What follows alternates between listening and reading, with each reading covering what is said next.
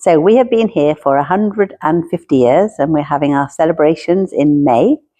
The club was actually originally built 200 yards down the road, and it was originally built with 2 rackets courts.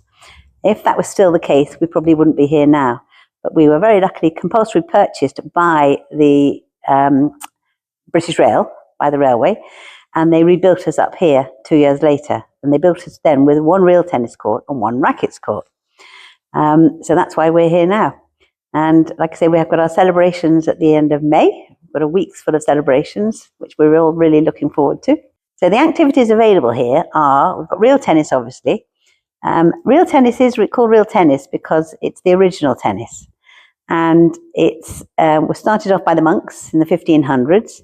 And if you can imagine a courtyard, so it wasn't a purpose-built court, so lots of courtyards, and they'd put a net up in the middle and they'd just start hitting the ball backwards and forwards to each other.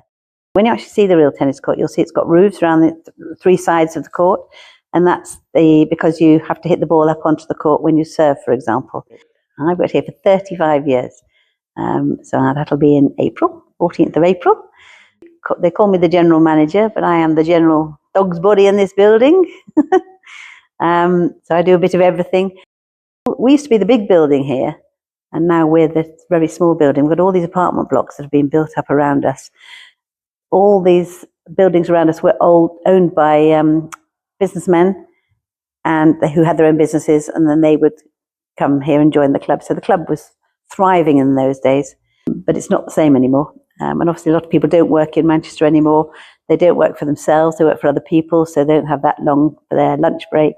So we're having to now think very hard as to how to keep the club going. I never get out of bed and think I don't want to go to work. I love coming to work, love my members, and I love my job. It's great. And I'm hoping to retire. Well, I'm going to reduce my hours in July, hopefully, but only if the club's organised and in good hands. Otherwise, it'll be a bit longer. But no, it's great, and I will miss it.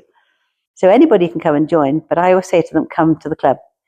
So I don't just send a form out and say, fill this in and now you're a member. I say, right, come down to the club. I'll show you around the club. You can have a go on the court.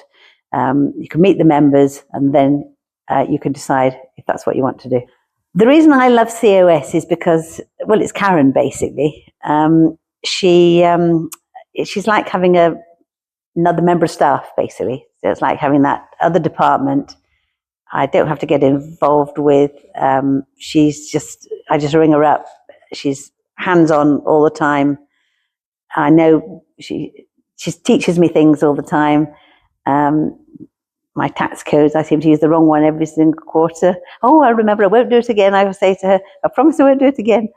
But I just know that everything's correct.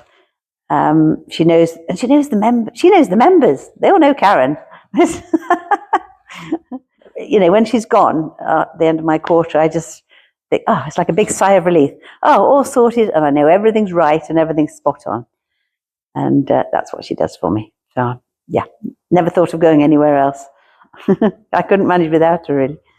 Well, I think I've been with you for 25 years. I went on a course at Salford 100 Adventure, and that's how I met Karen. Karen was running the course. When I first started here, I used to drive all the way up the Lancashire Road with these hand-written accounts that I'd done.